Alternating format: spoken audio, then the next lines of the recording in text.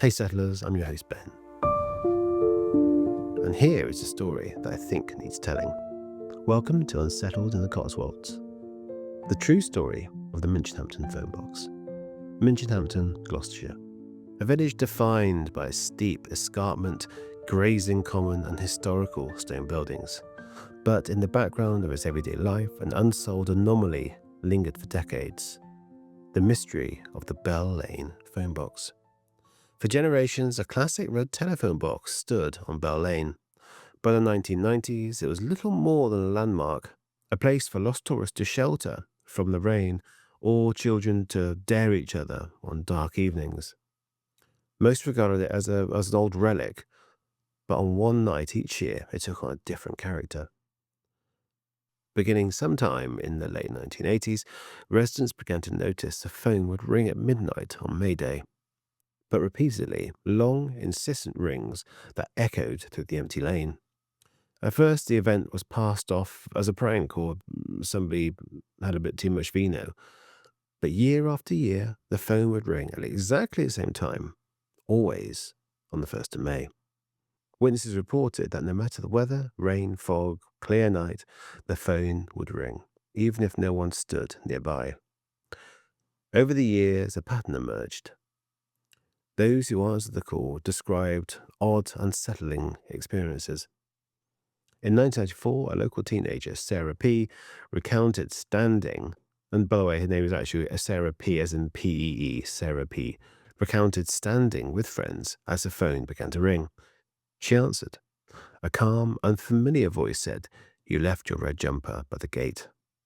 Sarah owned a red jumper, but hadn't worn it in years. She brushed it off until the following morning when she found the jumper draped over her garden gate. Slightly damp from the dew, of course. In 1999, a retired railway worker named Mr. Wilkins reported answering the phone during the late-night walk home from the pub. The caller asked, "Have you checked the attic?" Wilkins ignored the suggestion, but a week later, whilst fixing a leak, he discovered a forgotten box of war medals in his attic, missing for decades. The pattern repeated. Callers never identify themselves. They reference small details from the recipient's life, lost possessions, unfinished tasks, unspoken worries. If the recipient asks for the caller's identity, the line always, and I mean always, went dead instantly. The events became legend. In the 2000s, teenagers dared each other to wait by the phone box at midnight on May Day. Some recorded the ringing on cassette tapes or mobile phones. Recordings captured only the sound of the phone itself, never voices, never static, just the echoing bell. Older residents debated the phenomenon. The Crown pub in the centre of Minchinhampton was always alight with this conversation. Some insisted it was merely a village prank, passed down by generations of bored teenagers, clearly organised teenagers.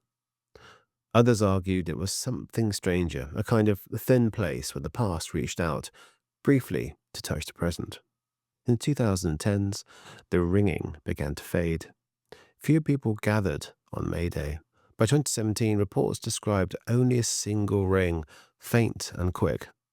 In 2022, for the first time in decades, the phone box remained silent. 2 days after May Day 2022, the phone box was gone. There was no council work notice, no evidence of removal, no disturbance in the grass or paving. Sure, there was a concrete slab there, but there was no evidence it had even been there, some staining of the concrete. There was nothing to show anything was ever there. Inquiries to the local council returned nothing. No records existed for recent maintenance. And the phone box was not even listed on any active public registry after 2010. Photographs from the recent years show only empty patches of grass or occasionally a blurred shadow at the edge of a frame. Several residents who answered the calls in early years have noted odd occurrences following their experience. One woman who had received a call referencing a missing cat found the animal next day in her greenhouse, despite the building being locked. A builder, told by the voice to, and I'm doing air quotes here, check the old stone, discovered a time capsule inside a crumbling wall during renovations. No one can explain how the caller knew so much personal details or why the box rang on that single night each year. A variety of those theories circulate within the village and online forums devoted to British mysteries. Some suggest an elaborate prank involving scanners, hidden transmitters, local phone engineers. No evidence of such equipment was ever found. Others propose that the phenomenon was a form of residual haunting, the results of repeated use and emotional events imprinted on structure. The third theory suggests that the calls are from a collective memory, community folklore manifesting in a shared hallucination, reinforced by stories and suggestions. Skeptics, however, obviously point out the lack of physical evidence and the unreliability of memory over time.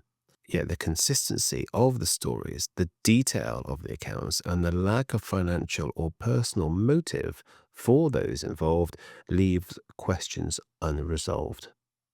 In the final years, the Bell Lane phone box became something of a pilgrimage site. People from neighbouring villages came to see if the ringing would occur. Some claim to have heard it faintly as they walked home late one night. Others remember only silence. The empty patch where the phone box stood now attracts little attention. Children play nearby, unaware of any significance. Older residents walk past, some pausing, perhaps remembering the odd midnight ringing in their youth. The Minchinhampton phone box mystery remains unresolved. No theory satisfies every detail. No one can account for the knowledge displayed by the anonymous callers, the precise annual timing, or the silent, unexplained disappearance of the structure itself. All that remains are scattered memories, faded witness statements, and a handful of recordings captured the metallic echo of a ringing phone in the darkness. For some, it was a true story. For others, a brief connection with the unknown. So what do you think? Do you think this is fact or fiction? Every story that I find is true. It certainly exists. But do you think it's true, or do you think it's false? Do you think it's a way to get more people into Minchinhampton to use the local cafes, shops, tourism, things like this? Or is it genuine? Does it harken back to a time where we want to reach out to things that have happened in our past? Is it a psychological thing that the residents want to feel like they still matter in this modern world, and they're using the past to do this? There's no coincidence that these telephone boxes don't really exist anymore in the UK. They are repurposed and removed, and they can be quite valuable if they are sold at the right time, the right place, the right means, the right everything else like that. So is this just another tiny little conspiracy to keep Minchinhampton relevant in the lore of the Cotswolds, and does the spookiness factor lead to something? Either way, write to me. Leave me a comment if you're watching on YouTube. If you're looking at podcasts, please contact us via there.